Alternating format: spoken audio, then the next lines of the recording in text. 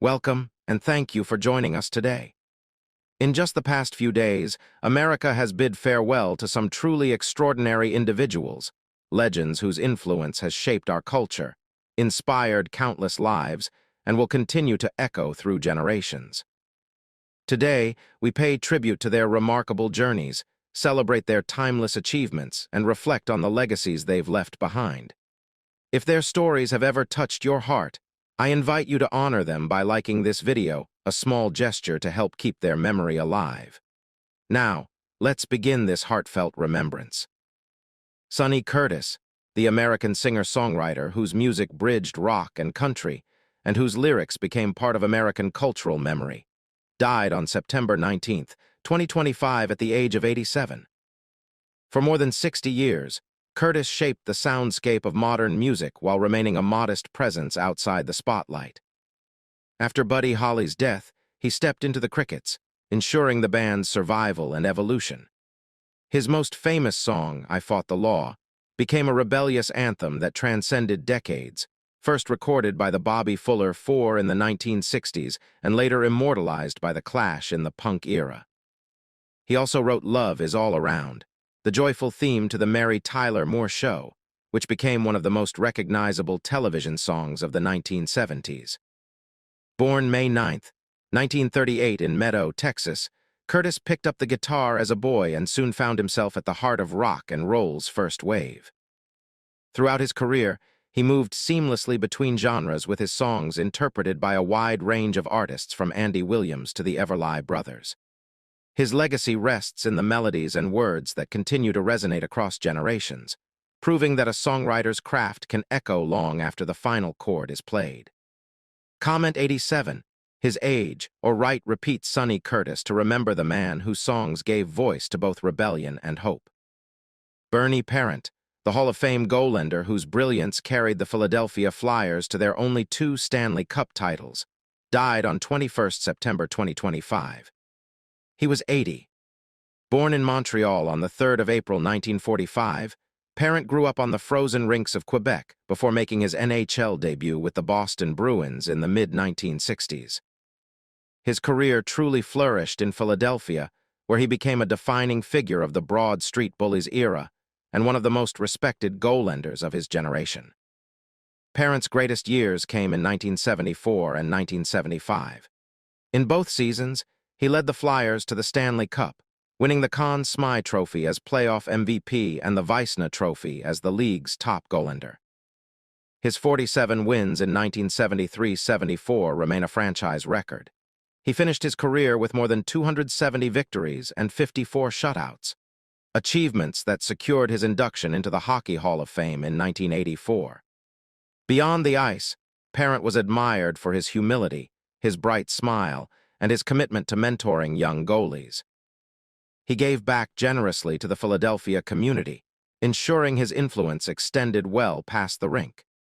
Bernie Parent's legacy endures in the Flyers' banners, in the NHL record books, and in the memories of generations who watched him redefine excellence in goal. He remains for Philadelphia, and for hockey the symbol of what greatness in net can mean. Comment 80. His age, or right, repeat Bernie Parent to honor the goaltender who gave Philadelphia its proudest hockey triumphs. Robert Redford, legendary actor, director, and founder of the Sundance Film Festival, has died at the age of 89. His family confirmed his death on September 16, 2025 in Sundance, Utah. Born Charles Robert Redford Jr. in Santa Monica in 1936, he grew up in Los Angeles and first studied painting before pursuing acting. After early work on stage and television, his charisma and natural presence quickly made him a rising star. By the late 1960s, Redford was among Hollywood's most bankable names. His breakthrough came with Butch Cassidy and the Sundance Kid, 1969, where his chemistry with Paul Newman created one of cinema's most beloved duos and earned him the lifelong nickname the Sundance Kid. The pair reunited in The Sting, 1973, which won the Academy Award for Best Picture. Redford also anchored films such as Jeremiah Johnson, 1972, The Way We Were 1973, and All the President's Men, 1976, portraying journalist Bob Woodward in the Watergate drama. Redford's move into directing proved equally impactful. His debut, Ordinary People, 1980, won 4 Oscars, including Best Director. He went on to direct A River Runs Through It, 1992, which introduced Brad Pitt to a wider audience, and Quiz Show, 1994, praised for its exploration of truth and media ethics. In later years, he continued to act with distinction, including All Is Lost, 2013, and The Old Man and the Gun, 2018, widely seen as his farewell role. In 1981, Redford founded the Sundance Institute and Film Festival, which became the leading platform for independent cinema in the U.S. The festival launched the careers of Quentin Tarantino, Steven Soderbergh, Ava DuVernay, and many others, securing Redford's influence as a mentor and advocate for new voices. Beyond film, he championed social and environmental causes, supporting conservation and Native American rights while using his platform to speak on justice and sustainability. His personal life included both success and hardship. He married twice, raised 4 children, and endured the loss of his son Scott in 1959 and his son James in 2020. Robert Redford's legacy rests not only on his films, but on the opportunities he created and the ideals he embodied. He remains a symbol of independence and purpose in American cinema. To remember Robert Redford, comment R.I.P. Robert Redford or post 89 his age as a small but meaningful tribute. Pat Crowley, the versatile actress who graced film, television, and stage for more than 5 decades, died on September 14, 2025 at the age of 91. Crowley's career began in the 1950s, when she quickly emerged as a fresh and engaging screen presence. She starred opposite Martin and Lewis in Money from Home, 1953, and later won praise for her work in Forever Female with Ginger Rogers and William Holden, earning a Golden Globe for Most Promising Newcomer. That early promise carried her into a long career marked by charm and quiet professionalism. In the 1960s, Crowley became a familiar face on television, headlining the NBC sitcom Please Don't Eat the Daisies, 1965 to 1967, adapted from the Doris Day film. Her warmth and comedic timing made her a household name, and she remained in steady demand as a guest star on popular shows ranging from Maverick and The Twilight Zone to Murder, She Wrote, and Friends. Later, she brought depth to daytime television with long-running roles on The Bold and The Beautiful and Port Charles, connecting with a new generation of viewers. Born in Olivant, Pennsylvania in 1933, Crowley also balanced her career with family life, raising 2 children while continuing to work steadily in Hollywood. Colleagues often remembered her as gracious, prepared, and deeply committed to her craft. Pat Crowley will be remembered not for a single role, but for her enduring presence across decades of American entertainment. Her legacy lives in the laughter of sitcoms, the drama of soap operas, and the memories of audiences who welcomed her into their homes. Let us come together to honor Pat Crowley's remarkable journey. Share a memory. Leave a kind word. Write Rippy Pat Crowley or simply comment 91 her age to keep her spirit alive. Jim Fonhorst, a stalwart of professional football and a key figure in the San Francisco 49ers dynasty, passed away on September 17, 2025 at the age of 63. Von Horst's career was defined by his role as a linebacker during the team's golden age in the 1980s. He played in more than 100 games and contributed to 3 Super Bowl championships, becoming one of the most reliable pillars of the defense. Known for his discipline and quiet leadership, he became a respected figure on a star-studded team, proving that dependability is as valuable as innate talent. Born in St. Cloud, Minnesota in 1962. He rose to prominence at the University of Minnesota, where his performances established him as one of the best linebackers in the Big Ten. Football ran deep in his family. His twin brother Keith also had a successful NFL career, making the Fonherd name synonymous with strength and achievement. After retiring, Jim remained involved in the sport while also dedicating himself to his family and community. Those who knew him remember his humility, warmth, and easygoing personality that made him admired far beyond the field. Jim Fahnhorst leaves behind a legacy built on dedication, teamwork, and quiet excellence. Qualities that will live on as part of the 49ers' history in the sport itself. If his play ever inspired you, share a thought in the comments. You can write R.I.P. Jim Fahnhorst or simply post the number 63, his age, as a quiet tribute to the champion fans will always remember. Graham Greene, the pioneering Canadian Ona actor who brought Indigenous stories to the center of film and television, has died on September 1, 2025 at the age of 73. Greene first captured global attention with his portrayal of Kicking Bird in Dances with Wolves 1990. The film won 7 Academy Awards and grossed more than $424 million worldwide. While Greene's performance earned him an Oscar nomination for Best Supporting Actor, fans still recall his dignified presence in that film as a fan-favorite moment that gave heart to a story seen by millions. Over a career spanning more than 40 years, Greene appeared in over 100 films and television episodes.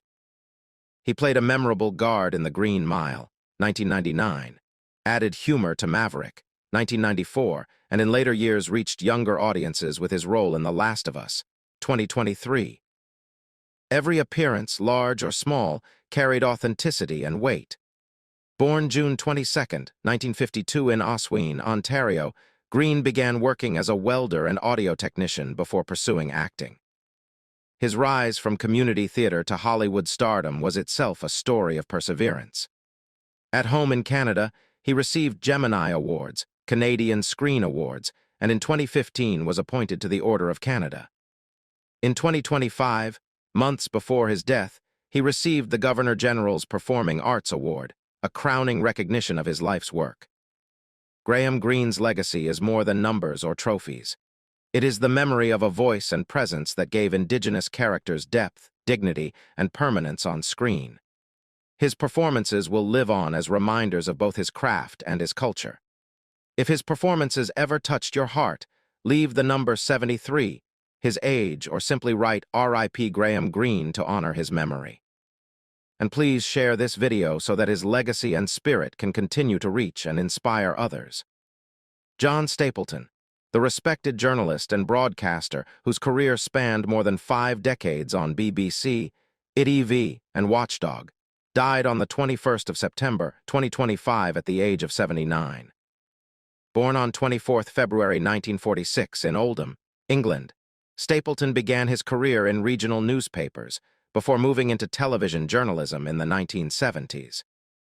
He became widely known as one of the original presenters of Watchdog, the BBC consumer affairs program launched in 1985, where his reporting style earned trust from millions of viewers. Stapleton later anchored major news programs for both the BBC and ITV, including Breakfast Time, GMTV, and Daybreak. His coverage ranged from domestic consumer issues to international events, and he was recognized with awards from the Royal Television Society for his work as a presenter. Away from the studio, Stapleton was married to fellow broadcaster Lynn Falls until her death in 2020, and together they were a prominent husband and wife team in British television. Their partnership, both professional and personal, was widely admired. John Stapleton leaves behind a legacy of clear reporting, public service journalism, and a career that helped shape modern British broadcasting. Share your memories of John Stapleton by commenting 79, his age, or writing "Rip John Stapleton" to pay tribute to a broadcaster who spent a lifetime serving the public. D.D. Lewis, the dependable linebacker who spent his entire career with the Dallas Cowboys, passed away on September 16, 2025 at the age of 76. Born in Knoxville, Tennessee in 1949, Lewis rose to prominence at Mississippi State University before being drafted into the NFL in 1968. He played 13 seasons in Dallas, appearing in 186 games and becoming a central figure in the team's defensive unit. Known for his durability, he appeared in 5 Super Bowls, contributing to championship victories in Super Bowl VI and Super Bowl XII. Throughout the 1970s, Lewis embodied consistency. While others drew headlines, he became the reliable backbone of the Cowboys' defense. Trusted by coaches and teammates for his discipline and steady play, his work ethic and presence on the field reflected the spirit of America's team during its rise to national prominence. After retiring in 1981, Lewis returned to Mississippi to focus on his family and community. Remembered as humble and approachable, he remained admired not only for his career, but for his character off the field. D.D. Lewis leaves a legacy of resilience and professionalism, a player whose contributions helped define the Cowboys' golden era. Write R.I.P. D.D. Lewis or leave the number 76, his age, as a tribute to a champion remembered for his dedication to the game. David Travis, a communications consultant who bridged the worlds of politics, media, and business for more than 4 decades, has died at the age of 75. Born in 1950, Travis started his career in political campaigns, where his clear messaging and steady approach quickly earned him recognition. By the 1980s, he was advising candidates and public officials on how to manage debates, engage with the press, and respond in times of crisis. His ability to simplify complex issues made him a highly sought-after advisor at all levels. In later years, Travis became a trusted figure in the corporate world, working with major companies to address public challenges, rebuild reputations, and adapt to a changing media environment. His guidance helped leaders find their voice in times when clarity mattered most.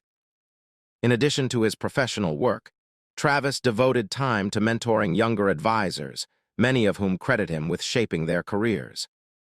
Outside of work, he was a family man and a dedicated supporter of community organizations, demonstrating his belief that communication was also about trust and accountability.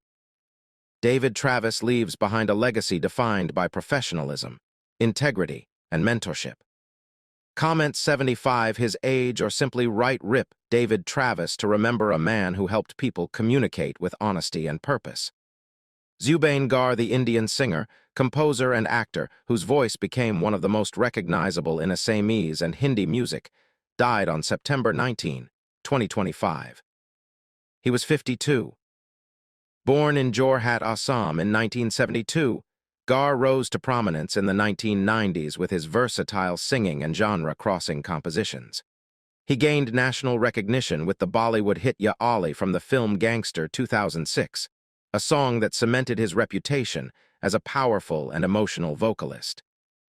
Over the course of his career, he recorded more than 40 albums, lending his voice to Assamese, Hindi, Bengali, and many other Indian languages. Beyond playback singing, Garg was a prolific songwriter and music director.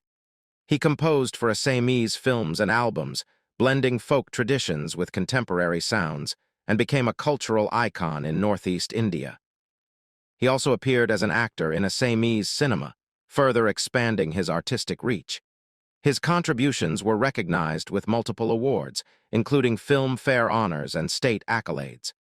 But his greatest reward came from the devoted fan base that followed his career for more than 3 decades. Zubeen Garg is survived by his wife Garamasakya and family members who shared in his artistic journey. If his songs have ever moved you, comment 52. His age or write R.I.P. Zubeen to honor the artist whose voice became a soundtrack for millions. Ellen DeGeneres was never just another entertainer. She was a cultural phenomenon, a woman who redefined what television could mean in everyday life. For millions of viewers across the globe, her stage was not simply a talk show, but a sanctuary. A place where kindness, laughter, and a dash of irreverence brought relief in an often merciless world. She was the unstoppable force who turned daytime television into a daily ritual of joy.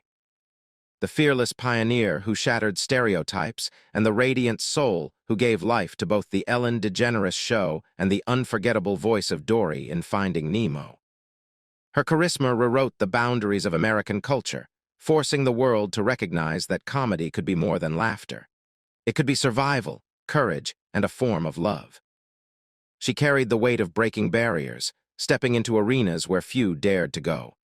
Her talent was undeniable, her contributions undeniable, her courage equally undeniable. And yet, the higher Ellen climbed, the sharper the knives of judgment became. With every wave of applause came whispers of doubt. With every barrier broken came storms of scrutiny. She was that rare figure in modern entertainment, celebrated as an icon while simultaneously crushed by the brutal judgment of a culture not yet ready to fully embrace her truth.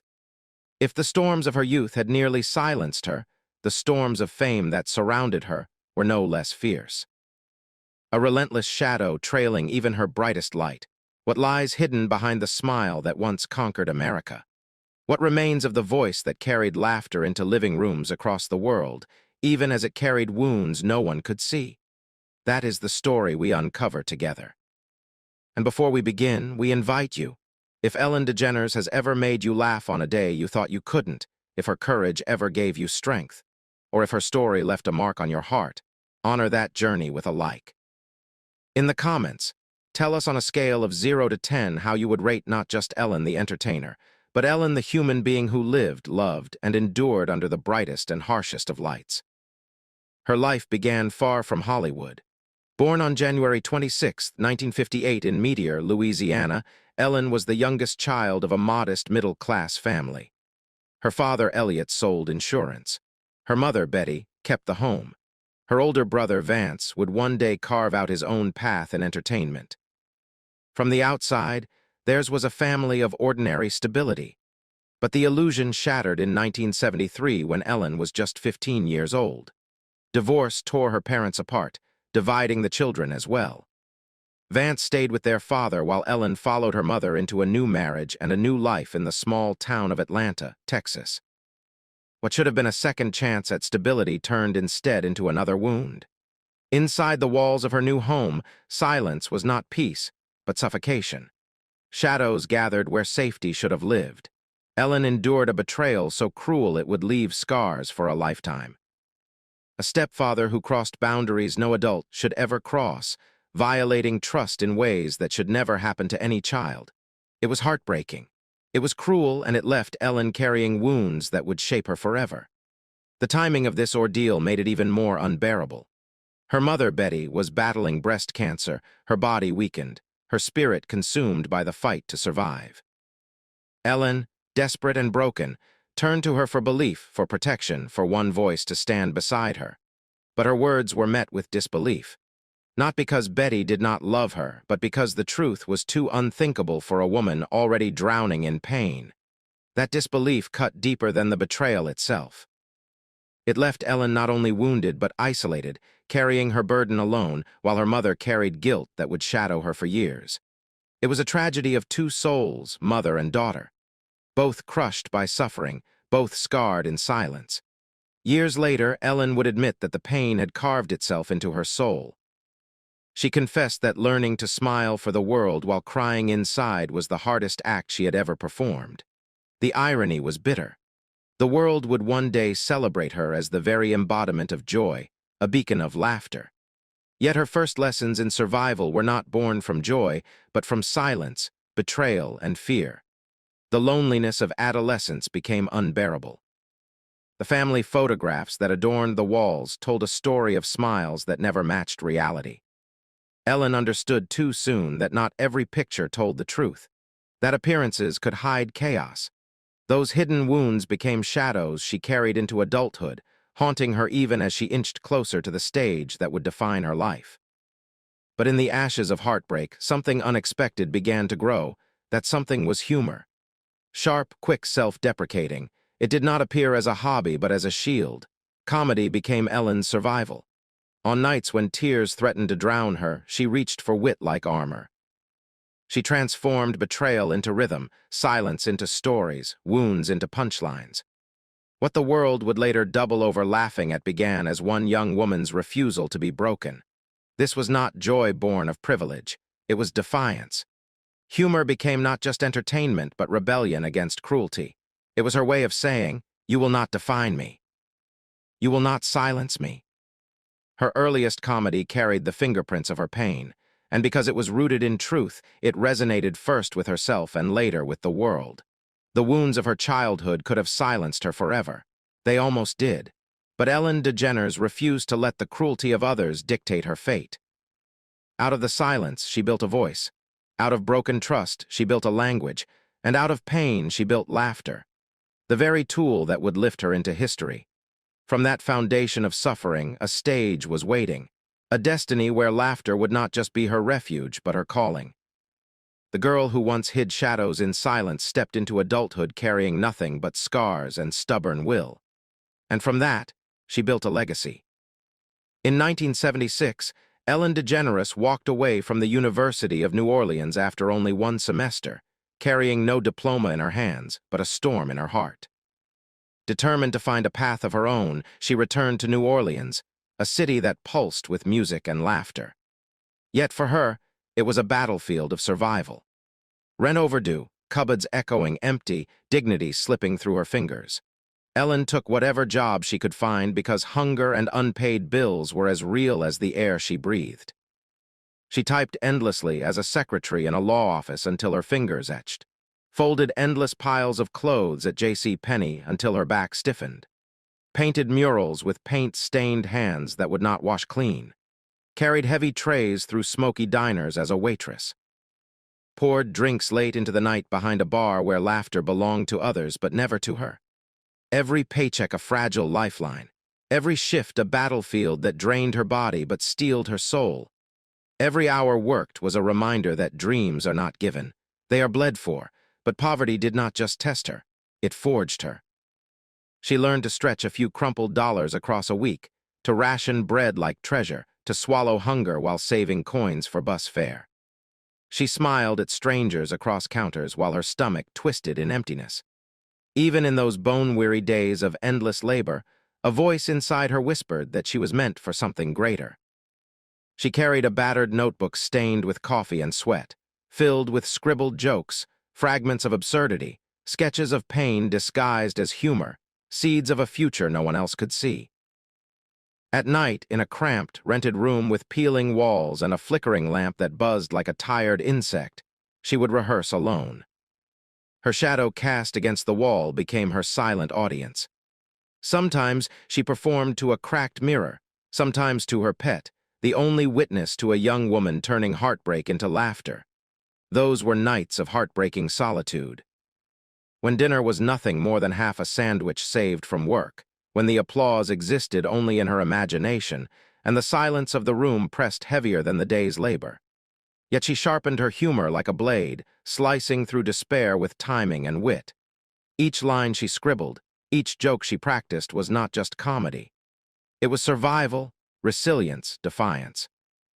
She was teaching herself discipline, timing, courage, endurance, all forged in the furnace of struggle. By the early 1980s, Ellen began stepping onto the dimly lit stages of New Orleans. Smoky clubs and run-down bars where laughter was scarce, audiences were impatient, and failure was often paid in silence. She was not polished, not yet confident, but her style was different. Quick, intelligent, self-deprecating. She turned scars into punchlines, doubts into comedy, loneliness into rhythm. Sometimes the room was half empty. Sometimes no one laughed, and she would walk home with tips barely enough for rent. Clutching coins that jingled like cruel reminders of her struggle, she refused to stop. Every joke was rebellion, every laugh of victory against the silence that once tried to crush her.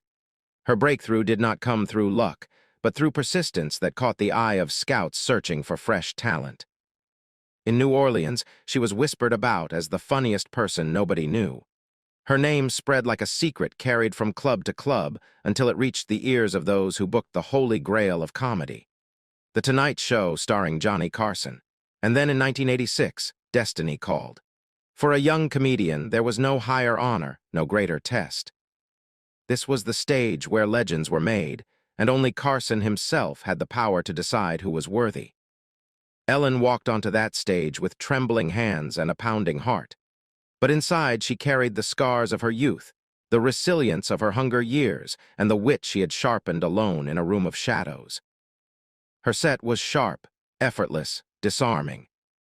The moment of truth came when Johnny Carson himself, with that knowing smile, beckoned her to join him on the couch. It was an invitation into the sacred space reserved only for the rarest talents. In that instant, Carson became the gatekeeper of her destiny. The man who validated not just her jokes, but her very existence as a voice that America could no longer ignore. That night was not just a performance. It was redemption written in laughter. It was a girl who had once been silenced, proving that her voice could command a nation. The applause was not just for the jokes, but for the journey. The waitress balancing trays in smoky diners, the painter with paint-stained hands, the lonely young woman rehearsing to a cracked mirror. Now she stood under the brightest lights with America listening. From that night forward, Ellen DeGeneres was no longer just a survivor. She was a rising star, carrying with her the unshakable truth that even the deepest wounds can become the sharpest tools of creation. By the mid-1990s, Ellen had climbed from the back rooms of smoky clubs to the glittering promise of prime-time television. Every step was earned through years of grinding persistence. She had been the guest who stole scenes on late-night stages, the comic whose sharp timing turned silence into laughter. Brick by brick, she built the credibility that finally won her the impossible. A sitcom of her own simply titled Ellen. It was more than a show. It was a coronation. The story of a girl who once scribbled jokes in a battered notebook, now commanding the laughter of a nation. For a moment, it seemed as though destiny had finally rewarded her long struggle, but fate had a more ruthless test waiting. In 1997 came the puppy episode, the moment that would etch her name into cultural history. On-screen, Ellen's character said the words that mirrored the secret she had carried for years. She was gay. And off-screen, Ellen herself chose to step into the same truth. It was groundbreaking, courageous, the raw honesty of a woman tired of hiding, but it was also terrifying. Behind the applause, Ellen knew the risk. To speak her truth was to gamble her career, her reputation, perhaps everything she had fought so hard to build. The moment was electric, but the fallout was merciless. Advertisers vanished, sponsors fled. Conservative voices sharpened their knives, and ratings fell like a stone. Headlines that once celebrated her turned cruel, mocking, vindictive. In 1998, Ellen was canceled, not because it lacked talent or humor, but because the world was not yet ready for a woman brave enough to live openly. The cost was staggering. Overnight, Ellen transformed from one of America's brightest stars into a pariah. Shunned by Hollywood, left to walk through the wilderness of her own truth, it was heartbreaking and brutal. The silence that had once haunted her childhood returned, this time amplified by a culture that chose to punish rather than applaud. And yet, within that devastation lay the seed of a greater legacy. For Ellen's fall was not failure. It was the sacrifice demanded of pioneers, the price of authenticity in a world still chained by prejudice. But Ellen was not a woman to stay buried in silence. She had survived too much already. Rejection had broken many before her, but she refused to surrender. Step by painful step, she rebuilt her life, performing on small stages, taking voiceover work, doing whatever it took to remind the world she still had something to give. Like a phoenix rising from ashes, she fought her way back until in 2003, she finally stepped onto a stage that would change everything. The Ellen DeGeneres Show. What began as a gamble by networks uncertain of her appeal became a cultural phenomenon. Ellen transformed daytime television into a cathedral of joy where laughter, kindness, and dancing became her signature.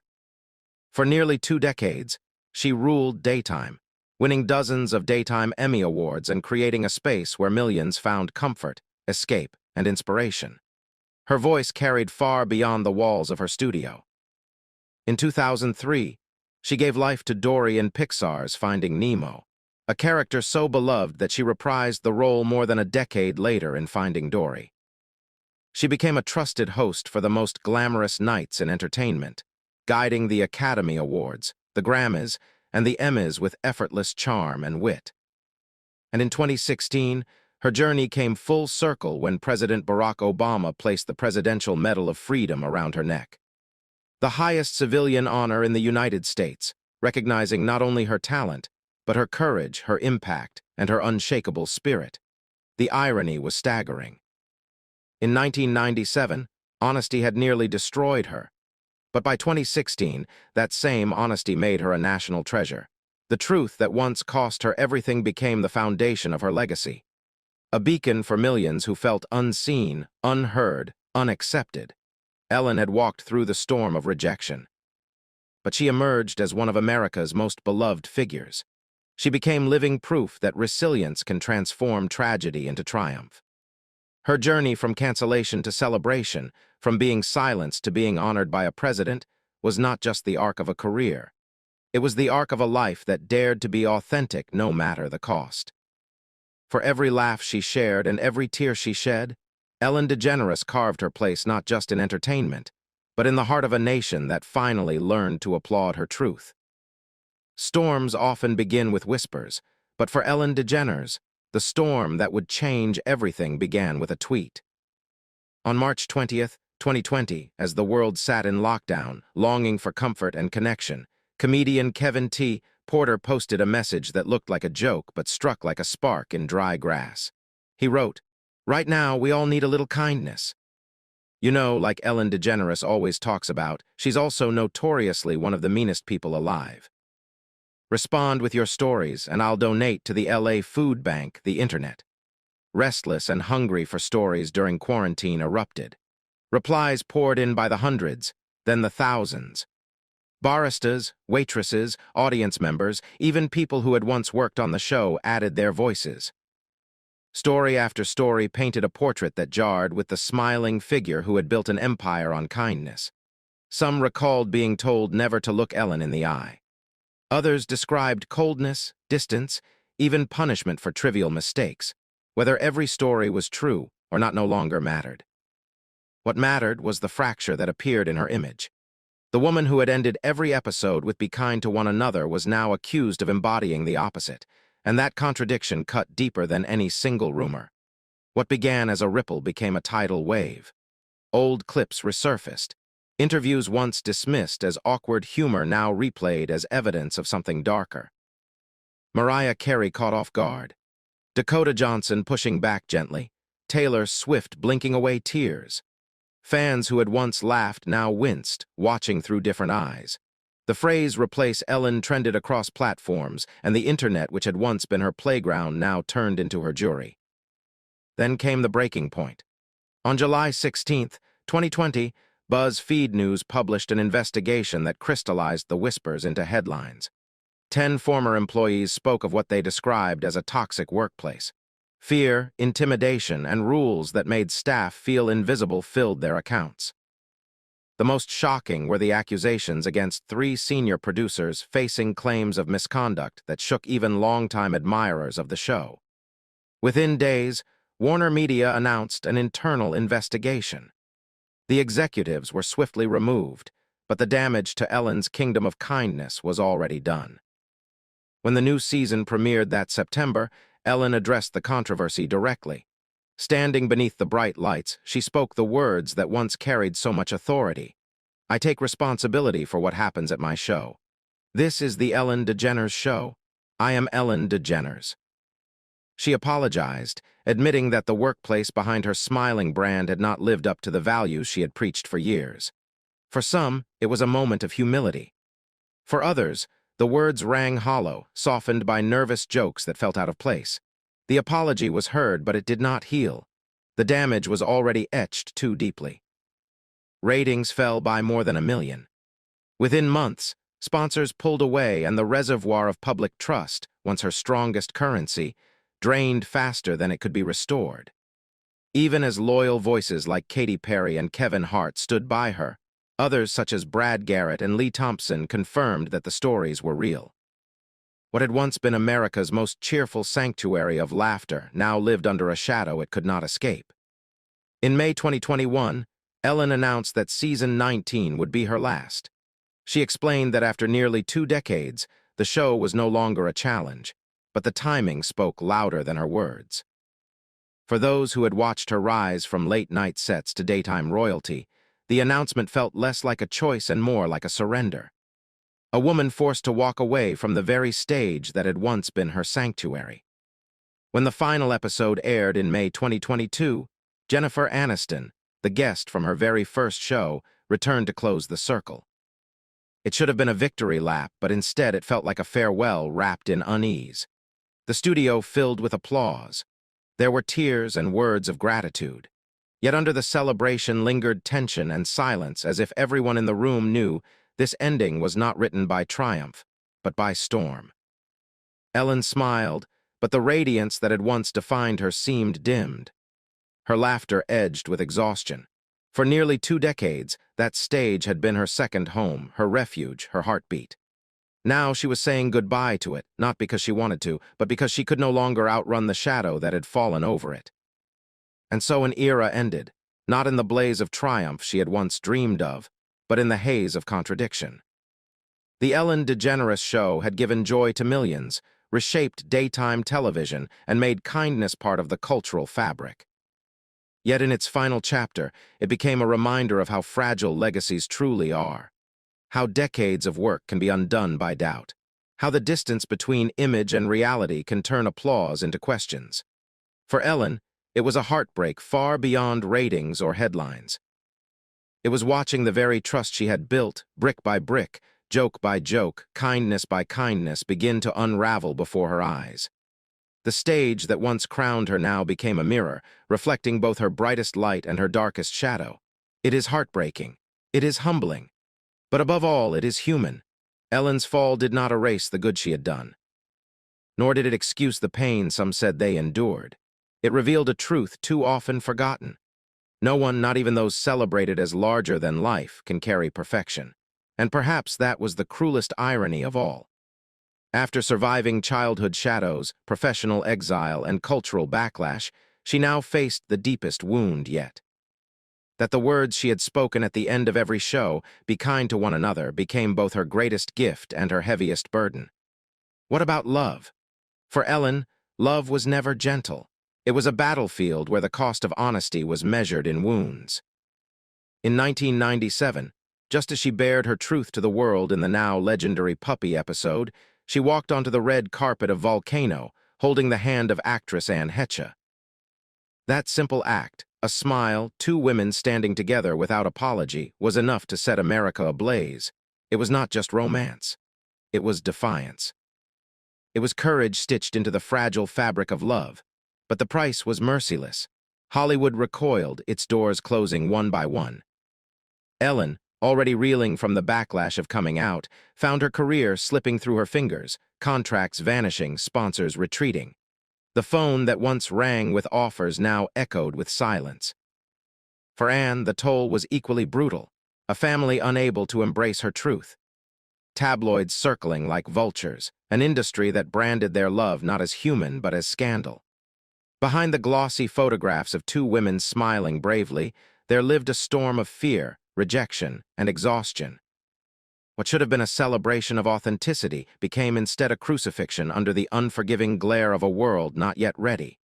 Their relationship lasted until 2000. A love that burned fiercely but was slowly suffocated by the weight of a society that punished them for daring to exist openly. When it ended, neither woman walked away unscarred. Ellen withdrew once more into silence, carrying the familiar wound of being punished for her truth. But for Anne, the road grew darker. She stumbled through years of turbulence, her battles with mental health laid bare under the unforgiving glare of the media. What should have been private struggles became public spectacle. Every misstep amplified, every fracture dissected.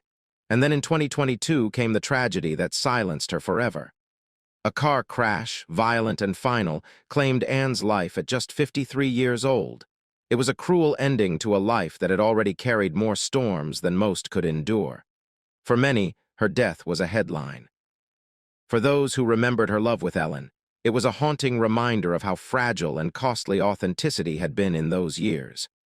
What began as a love that dared to shine became a story marked by scars and ended in a silence no one could ever fill. Looking back, their love was not failure, but sacrifice. It was a love ahead of its time, and because of that, it bore the cruelty of its time. They paid in reputation, in career, in peace of mind so that others might one day love more freely. And that is perhaps the cruelest truth. What cost them nearly everything would become the very foundation of freedoms others now inherit. Their story was not just about 2 women in love, but about the relentless weight of a society unready for honesty and the scars that honesty left behind. After Anne, Ellen's heart longed for steadiness, for a love that did not feel like standing on the front lines of a cultural war. In 2001, she found companionship with photographer and actress Alexandra Heeds. Alexandra was calm, thoughtful, an artist who captured fragments of life through her lens and seemed to see the world with gentler eyes. With her, Ellen discovered a quieter chapter after the storm. A home filled not with headlines and scrutiny, but with long conversations, shared creativity, and moments that felt almost ordinary. For a woman who had lived through fire, ordinary was its own kind of miracle. Their relationship lasted 3 years marked by affection and a search for normally. Together they built routines, celebrated small joys, and tried to carve out a private sanctuary away from the noise of Hollywood. But beneath the calm, cracks began to show. Ellen was still mending from the scars of her very public love with Anne, still haunted by the weight of a career rebuilding itself under constant watch. Alexandra, steady as she was, often found herself loving a woman whose spirit was restless. She was caught between gratitude for the quiet and a hunger for something larger, something that could both heal and inspire. The pressures of their different worlds, Ellen still in the spotlight, Alexandra drawn to a more private artistic life, slowly widened the distance between them. What began as a refuge started to feel like a pause, a temporary harbor rather than a permanent home. By 2004, they quietly parted ways, not with scandal or bitterness, but with the quiet sorrow of two people who cared deeply. They simply could not bridge the gap between what they needed and what they could give. Looking back, Alexandra represented transition, the necessary space between heartbreak and healing. She was the bridge Ellen had to cross before stepping into the enduring love that awaited her. If Anne had been the fire that tested her courage, Alexandra was the stillness that gave her room to breathe. She reminded Ellen that love could be gentle, even if it was not forever. And though their paths diverged, that chapter remained vital. It prepared Ellen to recognize and embrace the love that would soon anchor her through the greatest storms of her life. Porsche Dassey. By 2004, Ellen DeGeneres, then 46 years old, was a woman scarred by storms that would have broken many. She had lost a love that burned too brightly in Anne Heche, passed through the fragile refuge of Alexandra Hisson, and carried wounds both public and private. She was bruised, weary, and almost convinced that permanence was not hers to have. And it was then, in the quiet of that exhaustion, that she crossed paths with Porsche Dassey, then 31. A meeting that did not just change her life, it saved it. Porsche, the elegant Australian actress known for Ally McKeel and Arrested Development, wore her own hidden scars. Beneath the beauty and the fame, she battled eating disorders, depression, and the crushing weight of hiding her true self in an industry ruthless with judgment. Like Ellen, she had learned to smile for the cameras while silently breaking inside. When their eyes met, it was not just attraction, it was recognition. Two women, both battered by expectation, finally saw in each other a mirror that did not judge but understood. And from that moment, something extraordinary happened. For the first time in years, Ellen felt her laughter come from joy rather than defense. And Porsche discovered a love that saw her not as an image, but as a soul. Their days together were not just companionship, but healing. Quiet breakfasts shared in kitchens filled with sunlight. Long walks where conversation flowed into silence more comforting than applause. The simple miracle of waking up beside someone who made the world feel safe. Ellen once said, "Portia made me feel more loved than I ever imagined possible." And Porsche in turn described Ellen as her soulmate, the anchor who steadied her storms. Their bond was instant but deliberate, built not on impulse but on a deep hunger for truth. In 2005, they chose to walk into the light together, hand in hand, refusing apology. In a Hollywood still chained by whispers, their love was an act of rebellion. It was risky, dangerous even. But it was honest, and honesty was all either of them had left to give. Slowly, the world began to shift. In 2008, when California briefly opened its doors to marriage equality, they seized the chance with hands that had already held each other through storms. In an intimate ceremony at their Beverly Hills home, the rooms filled not with glamour, but with warmth. Friends wiped tears. Family embraced. Laughter mingled with the sound of vows spoken in trembling voices. Ellen, then 50, stood radiant with disbelief that a promise she once thought impossible was finally unfolding before her eyes. Porsche, 35, glowed with a serenity she had long been denied. Stepping into a safe harbor after years of exile from herself. Their vows were not just words. They were confessions. Scars turned into promises. Wounds transformed into hope. Ellen pledged not only to love but to protect, to stand as fiercely in silence as in applause. Porsche vowed not only to stay but to heal, to let herself be seen fully without disguise, without fear. When they sealed those vows with a kiss, it was more than two women marrying. It was Historiebending, a victory carved out of decades of prejudice. That night, their home was alive with joy. Flowers scattered across tables, music echoing softly, friends toasting to a love that had refused to be erased. Ellen later said she felt like the luckiest woman alive, while Porsche described the day as the first time she felt completely whole. No longer fugitives of love, they became its pioneers, standing as living proof that authenticity, though costly, could also be liberating. And that sometimes love is not only a private salvation, but a public revolution. But love, even one written in destiny, is never free of struggle. The vows exchanged in 2008 did not erase Porsche's private battles with self-image and mental health, nor did they lighten the crushing demands that fame placed on Ellen's shoulders. There were nights when hospital corridors became their only shared space, when whispered reassurances replaced laughter, when doubt threatened to return like an old enemy. Yet unlike the loves before, Ellen did not retreat into silence or distance. She stayed. She chose love not only in the glow of applause but in the shadows of fear.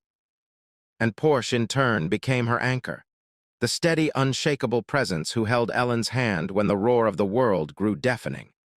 That loyalty was tested most fiercely in 2020 when Ellen's legacy trembled under the weight of controversy, and the internet turned its gaze mercilessly cold. Headlines mocked, sponsors fled. Millions who once cheered now questioned, but Porsche did not flinch. She stood firm both publicly and privately, her quiet strength louder than any storm. In a moment that cut through the noise, she posted 4 words that became a lifeline: "I stand by Ellen." It was more than a declaration. It was a vow renewed, proof that when the world's trust fractured, the bond of love held steady. Ellen later called Porsche her soulmate, confessing, "Porsche has made me feel more loved than I ever thought possible." Nearly 2 decades after their first meeting, Ellen and Porsche remain inseparable. Their homes from Beverly Hills to Montecito, and now a retreat in the English countryside, are sanctuaries filled with art, animals, and gardens. Each space a canvas for the life they built together. They have traded red carpets for quiet mornings, headlines for the sound of wind moving through trees. Ellen, who once rehearsed jokes alone in a cracked mirror, now wakes beside the woman who restored her peace. Porsche, who once starved herself under the weight of expectation, now thrives beside a partner who sees her not as an image, but as a human being worth cherishing. Their love is not flawless, but it is enduring. It has survived scrutiny, illness, distance, and the shifting tides of fame. It has turned pain into partnership, silence into solidarity, fear into family. If Anne was the fire that tested Ellen's courage and Alexandra the bridge that carried her across heartbreak, then Porsche is the harbor, the final steady light where a restless soul found rest.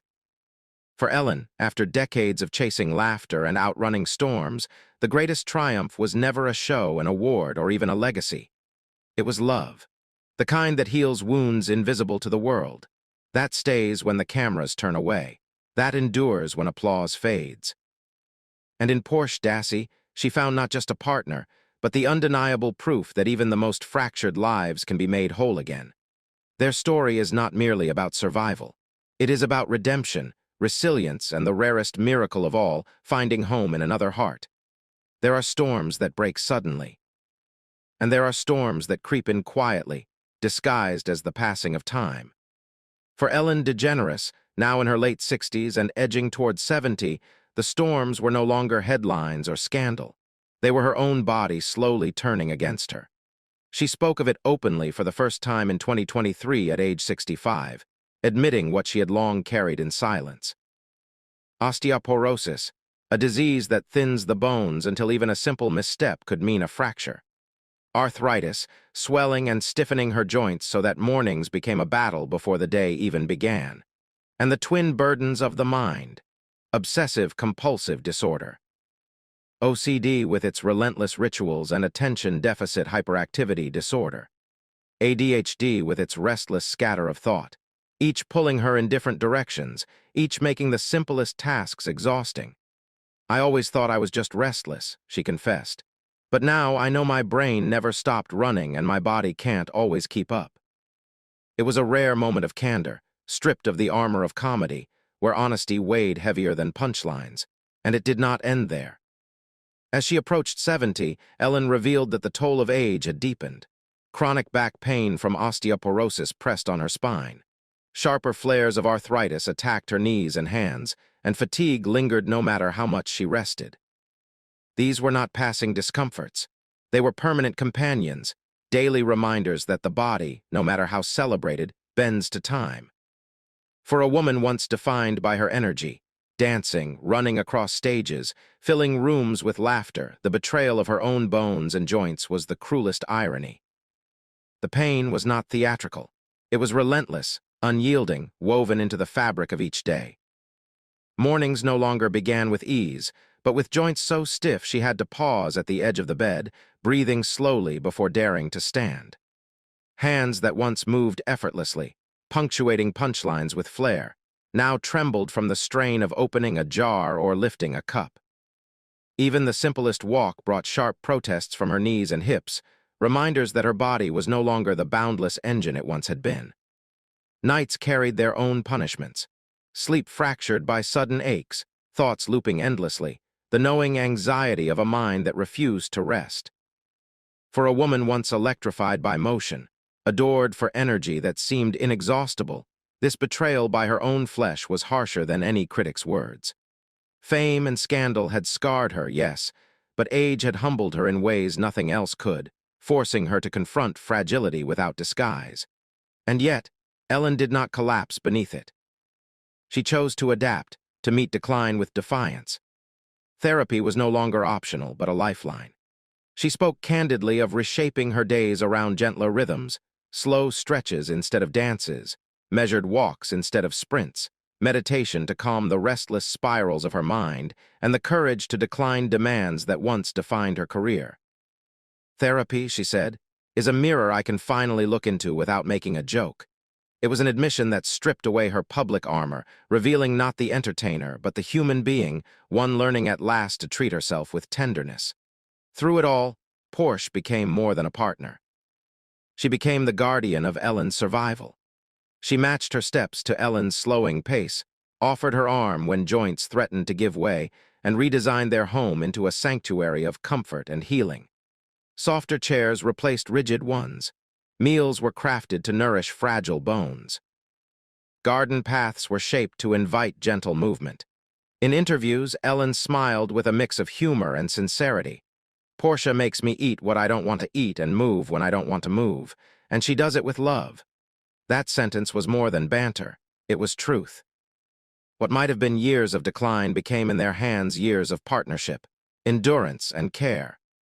The loyalty Porsche had shown in 2020 when Ellen's reputation was battered grew even deeper in these quiet battles. She did not need grand declarations. Her presence spoke louder. She held Ellen's hand through medical checkups, sat quietly beside her during therapy, and reminded her in 100 small ways that love could outlast scandal, time, and even the betrayal of the body itself. Their retreat to England was not an escape, but a choice to exchange the roar of applause for bird song, the glare of red carpets for the serenity of garden paths. Every step they counted together was no longer about performance. It was about progress, about survival, about shared strength. Ellen confessed in 2024, her voice softer but steadier than before. I used to think success was being everywhere. Now success is just waking up, stretching, walking with Porsche, and being grateful. In that quiet redefinition lay her greatest wisdom. To watch her slow, to see a body once so full of motion falter is heartbreaking. Yet within that heartbreak is inspiration, for she now speaks directly to anyone who has felt the slow betrayal of age, anyone who has looked in the mirror and seen fragility staring back. Her story is not one of defeat, but of resilience, of the grace it takes to endure, and of the rarest gift: a partner whose love turns frailty into strength. And so Ellen's later years are not defined by scandal or even comedy, but by testimony. The body will weaken, the mind will wander, storms will always come. Yet with honesty, gentleness, and the steadfast hand of love, even the cruelest truths of aging can be borne. For the woman who once made the world laugh, the final act is no longer about laughter. It is about survival touched with grace, and about proving that kindness, when turned inward and shared with the one who stays, is the purest form of triumph. By 2024, Ellen DeGeneres had learned to live with slower steps. But she refused to vanish quietly. If her body was no longer built for endless motion, her voice still carried weight, and she chose to use it one last time. That year, she returned to the stage with a farewell stand-up tour titled Ellen's Last Stand-Up, and a Netflix special pointedly named for your approval. "Yes, I'll talk about it," she promised at the opening. And for the first time in years, audiences leaned in not just for punchlines, but for truth. What followed was part confession, part comedy, part goodbye. Stories of fame's cruelty, reflections on aging, admissions of her flaws, and flashes of the razor wit that once made her unstoppable. The laughter was tinged with melancholy, as if everyone in the room understood this was not merely entertainment, but the last chapter of a woman closing her own book. When the curtain finally fell, Ellen did not chase another spotlight. Instead, she and Porsche withdrew from Hollywood's glare and chose the quiet embrace of the English countryside. By 2025, with Ellen approaching 70, their home in the Cotswolds, surrounded by rolling hills, winding lanes, and stone cottages centuries old, had become a sanctuary far removed from red carpets. Mornings there arrived not with studio applause, but with mist curling over fields and bird song drifting through open windows. Days are measured in the rhythm of gardening, the rustle of pages from Porsche's art books, and the presence of beloved animals that roam freely across their land. Though Ellen stepped back from show business, she never abandoned her old passion for houses. With Porsche, she continues to buy and restore properties, transforming them into havens of light and simplicity before passing them on. What was once a frenzied game of flipping multi-million-dollar estates in Beverly Hills and Montato has slowed into a gentler pursuit. Less about profit, more about creating beauty. Even so, the scale of her empire remains staggering. Over the years, she has bought and sold more than 20 luxury homes, and today her net worth is estimated around $450 million. Vast wealth by any measure. Yet the irony is cruel. No fortune can silence the ache in her bones, the stiffness of her joints, the restless storm of her mind. From the outside, she lives in near idyllic peace. Gardens in bloom, art-filled rooms, Porsche always near. But inside, Ellen knows the cost of her journey. She admits in quieter moments that fame brought her not only laughter, but also loneliness, that her sharpest jokes sometimes hid the sharpest wounds. The controversies that once threatened to erase her legacy still linger like shadows on a bright wall, and age with its daily indignities forces her to face regrets she cannot rewrite. The relationships lost, the trust broken, the years when ambition drowned out gentleness. Yet amidst fragility, love has endured. Therapy helps her manage the relentless tug of OCD and ADHD. Gentle walks with Porsche keep her body moving when arthritis demands stillness. And the marriage she once thought impossible has become her strongest fortress. Of all the treasures Ellen holds, art collections, sprawling estates, millions in the bank, none compares to the quiet evenings when she and Porsche sit together in their garden. The world reduced to two voices, two hands, two hearts that have outlasted storms. It is a life both enviable and humbling. Immense wealth balanced against the unyielding truth of mortality. Public triumph shadowed by private regret. For Ellen DeGeneres, England is not an escape, but a reckoning. A place where she can finally slow down, breathe, and accept that legacy is not built in fortune or fame, but in the courage to keep living honestly, even when the spotlight has dimmed. The contrast could not be more striking. This was the same woman who once stood at the beating heart of American pop culture, whose quick wit, impeccable timing, and fearless originality transformed comedy from smoky club stages into living rooms across the nation. For 19 seasons, she turned daytime television into a cathedral of laughter, dance, and generosity, making audiences feel less like viewers and more like companions in her orbit.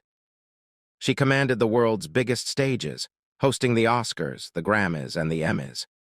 With a blend of sharp intelligence and effortless charm that few could match, she breathed life into Dory, Pixar's unforgettable blue tang, her voice etching itself into global memory as a symbol of innocence and hope. And when she was awarded the Presidential Medal of Freedom in 2016, it was not just for her humor, but for her cultural impact, the rare ability to shift hearts, open minds, and redefine what was possible for someone brave enough to stand as herself. Yet, this was also the woman who endured devastating backlash. The collapse of her sitcom after she came out in 1997, the storm of 2020 that questioned the very kindness on which she had built her empire. Ellen DeGeneres' legacy is not pristine, not unbroken. But perhaps that imperfection is what makes her talent and her triumphs even more remarkable. Brilliance that shone not because life was easy, but because she refused to let the shadows extinguish her light. To measure her life by perfection is to miss the truth of her story. Her greatness was never in being flawless, but in daring again and again to live in the open, even when the cost was staggering. In 1997, she taught the world that authenticity can be punished, yet it can also shift culture forever. In her talk show years, she proved that laughter, generosity, and visibility could reach into millions of homes and soften the edges of loneliness. And in her later struggles, she revealed something harder, more uncomfortable, but deeply necessary. That kindness must be lived, not just spoken. That even the most admired figures stumble. That legacies are not carved in marble, but stitched from triumphs and regrets alike. A legacy is not a spotless portrait. It's a canvas of starts and restarts, failures and grace, a critic wrote near her retirement. And perhaps that is the truest way to honor Ellen. Not to erase the shadows from her story, nor to excuse them, but to recognize the courage of someone who kept walking through them. For those who once found comfort in her laughter, there is something more enduring now. The reminder that storms will come, bodies will falter, reputations will bend, but honesty, resilience, and love can still carry us home. So whether you admired her or doubted her, if her voice ever filled the silence of a lonely afternoon, leave a line of thanks below and share with us what part of her journey stays with you most. The laughter, the resilience, the storms, or the way she kept finding her way back to the stage.